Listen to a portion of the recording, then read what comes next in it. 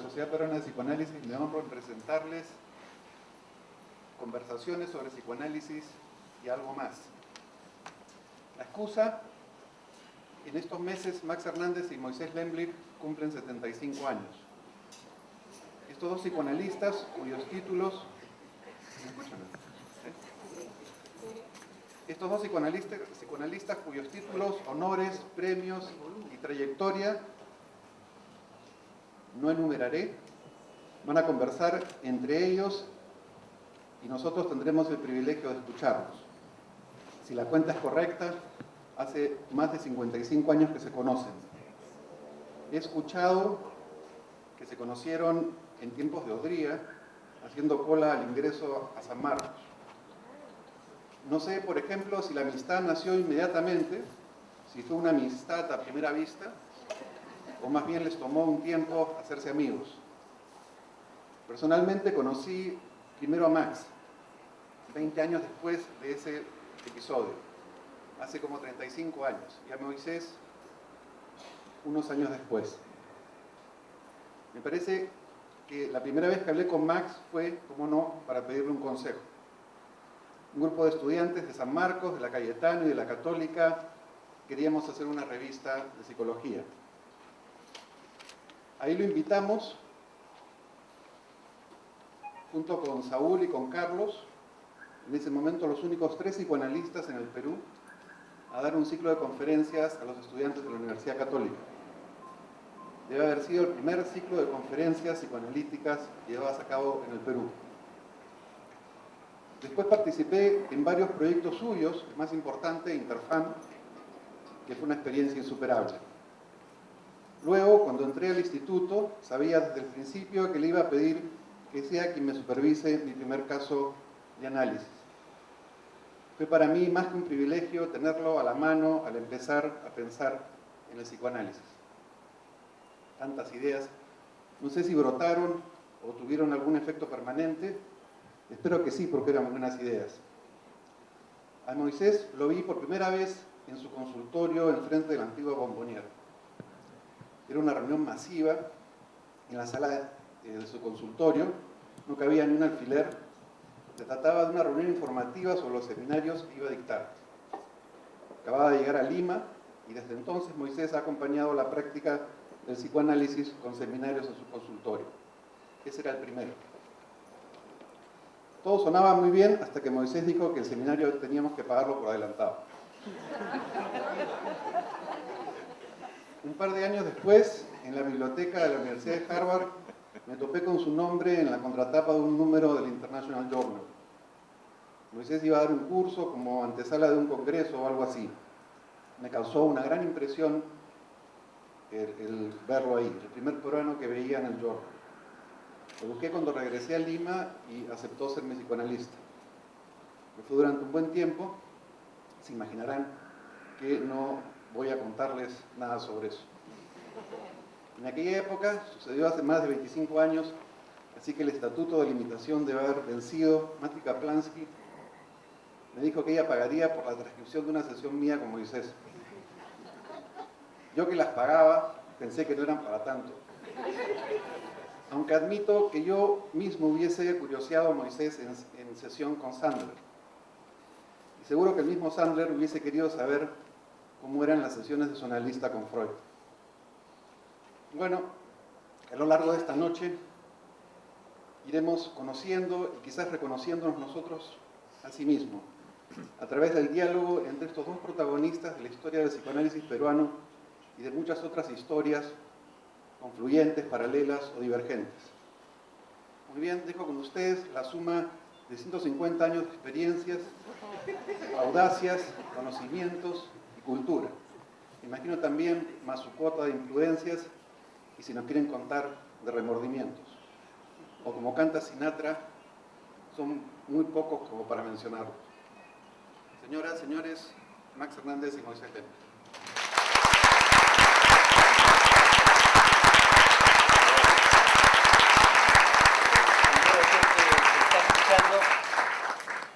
Sí, que se está escuchando, espero. Muchas gracias, Jorge, muchas gracias a la sociedad peruano de psicoanálisis, y muchas gracias a ustedes por tener así la paciencia de venir en la mitad de la semana a través del tráfico limeño. Pero lo primero que me viene a la cabeza es que el próximo año estamos cumpliendo 50 años, nuestra boda de oro, de haber salido de la Facultad de Medicina. Quiere decir que nos conocemos desde 1955, 57 años más o menos, y que nuestra facultad y nuestra promoción, ¿no?, también era un tipo de celebración. 50 años, bodas de oro, no sé, no sé si uno se enorgullece o se asusta, ¿no? Pero la otra cosa es que nuestra promoción se llama Promoción Reforma. La mayoría de las promociones de medicina se llamaban Cayetano Heredia o cualquier cosa, ¿no? Hipólito Unanue. Nuestra promoción se llama Promoción Reforma. Y no es por casualidad. Jorge mencionaba que cuando entramos en la facultad era la época de Odría. En los últimos años los estertores de Odría, a 2 cuadras de la facultad, habían asesinado a Negreiros, que era un dirigente sindical, y creo la vanguardia, como siempre, de la lucha de la libertad, ¿no?, se da en la universidad.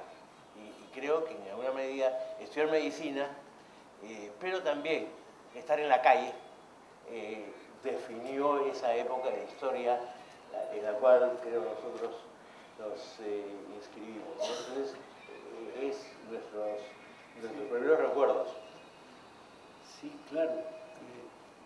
Bueno, Jorge, muchas gracias, y a los colegas y a todos los amigos, personas que han venido, muchas gracias. Sí, Jorge mencionaba que nos encontramos haciendo cola. Estamos haciendo cola en las ventanillas de la facultad, no, en las ventanillas de la universidad, en la casona. Y creo que nuestra amistad fue poco menos que instantánea. Nos encontramos un grupo preocupados de la posibilidad o no de ingresar. Por suerte ingresamos, y creo que referirse a la reforma es empezar refiriéndose a los patios de la casona. Los patios de la casona, que fueron para muchos de nosotros el primer gran contacto con el Perú. Yo había estudiado en un colegio, se dice de curas, no eran exactamente curas, sino hermanos, pero eran curas. Y ingresar a la universidad, ver la convergencia de todo el Perú, ver eso que, citando a Arguedas, llaman todas las sangres, fue una experiencia muy, muy importante. Una experiencia extraordinariamente importante, y eran pues los finales del gobierno de Odría. Un gobierno que había producido un cierto auge económico. Eso coincidía con la guerra de Corea, y era un gobierno represivo. Pronto tuvimos contacto con la gente que podríamos llamar de la franja de izquierda, comunistas, apristas, trotskistas. En esa época el APRA y el comunismo estaban marginados del quehacer político. Había un artículo famoso de la Constitución, el artículo 53, por el cual se prohibía a los partidos de inspiración extranjera tener actividades políticas.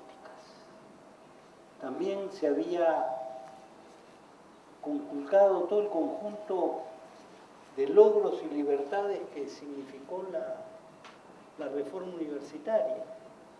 Entonces, muy pronto sentimos que la tarea era impulsar la reforma universitaria. Y la reforma universitaria significaba varias cosas: libertad de cátedra, cátedra paralela, derecho de tacha, etcétera, etcétera, etcétera. Cosas que no siempre se lograron y que me cuentan algunos de mis compañeros de promoción que están por acá y que siguen enseñando en la facultad, que no siempre han dado los resultados que esperábamos, pero eso es otra cosa.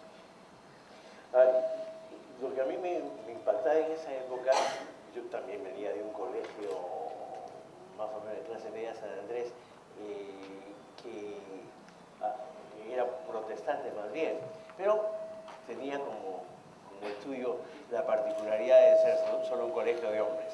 Entonces, entrar a la universidad significaba también abrirse a otras dimensiones, ¿no? De pronto, estar sentado junto a una chica, el único problema en la Facultad de Medicina es que menos del 5% de los estudiantes de mi promoción eran mujeres. Eso nos obligó a ir al patio de letras, en donde la cosa era diferente. Entonces, por lo menos se abrió la perspectiva, ¿no?, que nos hizo entrar a estudiar letras, ¿no? No exclusivamente por ese motivo.